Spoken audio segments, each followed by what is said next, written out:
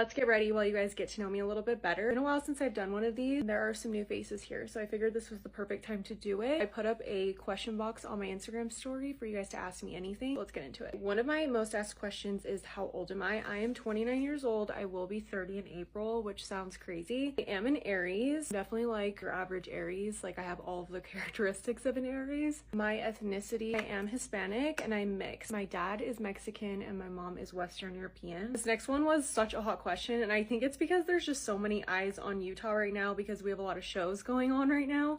It draws a lot of attention to the Mormon church. So a lot of people want to know, because I live in Utah, am I Mormon? The answer is no, but I was raised Mormon. I just stopped going once I graduated high school, but my parents are still practicing. I'm very familiar with the church. It's just not for me. How did I get started in my makeup career? So this actually goes all the way back to 2016 in the YouTube era. Genuinely obsessed with watching YouTube videos. I was working a sales job at the time. I did that for 3 years. When I worked there, I just was obsessed. I would watch YouTube videos all day. I'd go home and practice. And then I started making makeup videos and they were not good. Like, I look back on them and I'm so embarrassed. I was determined to have a career in makeup. I knew I wanted to take clients. So what I would do is I would email like 30 different people and I would ask them if I could do their makeup. So I would practice that way and I would post on my Instagram every time I took a client so I could build up my portfolio. I was also emailing like influencers, people with a following. My very first influencer who gave me a shot to do their makeup, it was Lindsay Arnold. Shout out Lindsay, love you. I ended up doing her makeup and she loved it and we ended up working together up until I quit a few years ago to do content. This eventually snowballed into other celebrity clients. I ended up moving to Las Vegas in 2019 and I got to work with Bad Bunny and lots of reality stars. Vegas really like catapulted my makeup career. And then COVID hit, so I moved back to Utah and I worked here in Utah as a makeup artist until I quit the summer of 23 to go full-time in content creation. This has been my full-time job and career ever since. And that was a question that I got asked a lot, was if I still take clients, and I don't. This is my all-day everyday job and it is the greatest thing in the world. And this leads me to how I became a full-time beauty content creator. I'd always made TikToks for fun, but nothing really beauty related. And I ended up having a month off the end of 2022. My sister was giving birth and I wanted to be by her. She was giving birth in Puerto Rico, so I went out to help her with everything. During this month off, I obviously had a lot of time on my hands, so I started just making makeup videos. Ended up doing really well. I remember like my first brand deal, I believe it was Laura Mercier. I was like shook to my core, and the rest is history. I just kept going with that and taking clients for a while up until the summer next year, and then I quit. What cosmetic work have I had done? I'm super open about this. I feel like being transparent on social media is super important, so I'm always going to be honest. I had a breast augmentation almost 2 years ago. I get Botox in my forehead. I've had my lips done ever since I was 19. I got a lot of questions on my work schedule and what that looks like for me, especially being a mom while working full-time. I work Monday through Friday and I do still film on the weekends, so I pretty much work almost every day. When I am working, I do have a babysitter, and on the weekends Spencer is home, so he helps me that way. And the thing with being a content creator, I'm never gonna say that the job is like hard, but it is time consuming. So trying to figure out my work-life balance while also being a mom has been a little bit of a learning curve, but I've definitely come a long way. I love this next question, and it is, what things have shaped me into the person I am today? And there are so many different things and life experiences that I can name. One specifically being back in 2008 when my dad lost his job in the recession, and I just remember how pivotal this was for me and my outlook on working, finances. I've had a job ever since I was 15, so